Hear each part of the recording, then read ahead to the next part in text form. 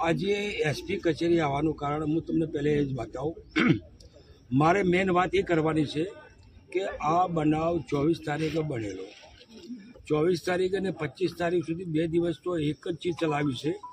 જે નિઝામુદ્દીન મરી ગયો તેનો એનો નાનો ભાઈ અલ્તાફ એને બધાને જ કહી દીધું કે આ ટ્રેક્ટરથી એક્સિડન્ટ થયું છે અને ટ્રેક્ટરવાળાએ મને ફોન કર્યો છે. એ પણ મુસ્લિમ સમાજનો છે. મારે ને એને વાત થઈ ગઈ છે અને આવી 2 દિવસ પછી આવવાનો છે. એના પછી હરેકને જેવી રીતે કે સવારમાં 5 વાગે બોડી ઘરે આવી ગઈ, ફટાફટ 9 વાગે અને દફન કરવાનું કર્યું. એને નવરાવવાનો હતો. લોકો ના પાડવાના બાદ બી ઉતાવળ કરી. એ લોકો કે મારા ઘરમાં મશોરો થઈ ગયો છે, તમે લોકો જલ્દી અને દફનવિધિ કરો. જે લોકોનો ગુમરાહ કરતો હતો એનું નામ અલ્તાફ છે, મરવાળો છે જેનું નામ નિઝામુદ્દીન છે. 2 સગા ભાઈ છે. નાના ભાઈએ મોટા ભાઈના સાથે આવું કામ કર્યું છે. બીજું તમને કહેવાનું કે સાફ શબ્દમાં કહું છું, છોકરિયાનો અને માયના કિસ્સામાં જાજો કોઈ ફરક નથી. જે છોકરો મારી નાખ્યો છે, વાત એવી 99% બહાર આવી રહી છે. એની ભાભી સાથે ઊંડા ખોટા સંબંધ હતા. સાંભળી લો, એક સંબંધના હિસાબથી આ છોકરાને મારી નાખવામાં આવેલો છે.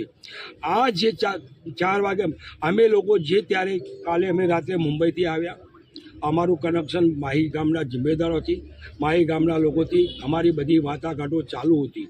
અમે લોકો મુંબઈથી આ લોકોને ફોન કર્યો કે ભાઈ 2-3 દિવસ તો એક્સિડન્ટની વાત હતી, હવે તો આવે છે કે આને મારી નાખ્યો છે. અગર એક્સિડન્ટ થયું કે એફઆઈઆર કેમ થઈ નથી, ગામમાંથી કોઈ ગયું કેમ નથી? પણ એનો એક નાનો ભાઈ નિઝામુદ્દીન મોટો, પછી અલ્તાફ છે, અરમાન કરીને જે એનો ભાઈ હતો એ મક્કા મદીના હજમાં હતો. તો એની ગામના લોકો જોડે વાત થઈ, મારા જોડે વાત થઈ. હું એને ડિટેલ્સર વાત કરી. એને મને કહી દીધું કે સાહેબ 100 કરોડ ખર્ચો તો હું કરી નાખીશ. મારો ભાઈ છે તો મને ગોળી મારી દઈશ, મને આવવા દો, હું આવું એટલે આપણે અનોક્સિલ લેવાનું. આ લેટ થવાનું કારણ એટલું હતું કે એક જબાન આપી હતી અમે, એના કારણે અમે લોકો લેટ થયા. એ 15 તારીખે આવ્યો છે. એને 2-3 દિવસનો ટાઈમ લીધો હતો. અમે લોકો કાલ સાંજે આવી ગયા. સાંજે એને બોલાવી લીધો. કાલે આખા અમે લોકો જિમ્મેદાર લોકો મુંબઈના માહીના, અમે માહી ગામના ટોટલ અમે બેસીને એ અરમાનને બોલાવ્યો. એને બધી વાત કરી એટલે એ સરેન્ડર થઈ ગયો.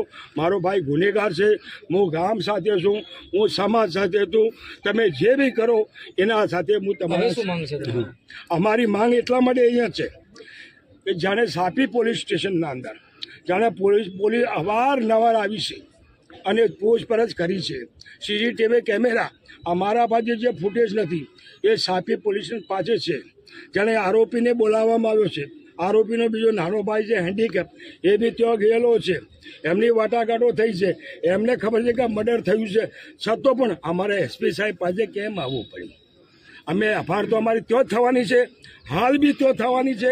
પણ અમને એમ લાગ્યું કે આ તો એમને સીધું પીએમ કરાવીને ગુનો દાખલ પોલીસે જ કરાવવાની જરૂર હતી. કોઈ જાય કે નહીં જાય એટલે અમને આ કામ ન કર્યું. એટલે અમે માહી ગામના તમામ લોકો આ જાહેર રજા રાખી આજે અમે અહીંયા આવ્યા છીએ. એટલા માટે કે અમારે નિર્દોષને હક મળે, ઇન્સાફ મળે, જાલિમને સજા થાય. અમે એમ કહે છે ટોકરિયા ગામનો માય ગામનો સેમ કિસ્સો છે. એસપી સાહેબ પાસે અમે જવાના છે, પૂરી વાત કરવાની છે. અમારા જેટલા લોકો સમાજના આવ્યા છે એમનાથી બી અમે વાત કરાવીશું અને અમે ભારે સજા મળે એ કામ કરવા માટે એ બધા મોહમ્મદ સમાજના માહી ગામના અમે આવ્યા છીએ. મારું નામ અહમદ જમાલ સોદાગર. હું મુંબઈમાં રહું છું. હું તો 10 વર્ષ કોર્પોરેટર નગરસેવક રહેલો છું. એટલે બધી મને જાણકારી છે, જિમ્મેદારી છે. આ અમારા બધોની જિમ્મેદારી સમજીને બધા અહીંયા આવ્યા છે. એટલે આને પૂરો ઇન્સાફ મળે. અમારું, તમારા મીડિયાવાળાનું, પોલીસનું બધાનું આ ફરજ છે એ નિર્દોષને ઇન્સાફ મળે અને જાલિમને સજા મળે. ઓકે.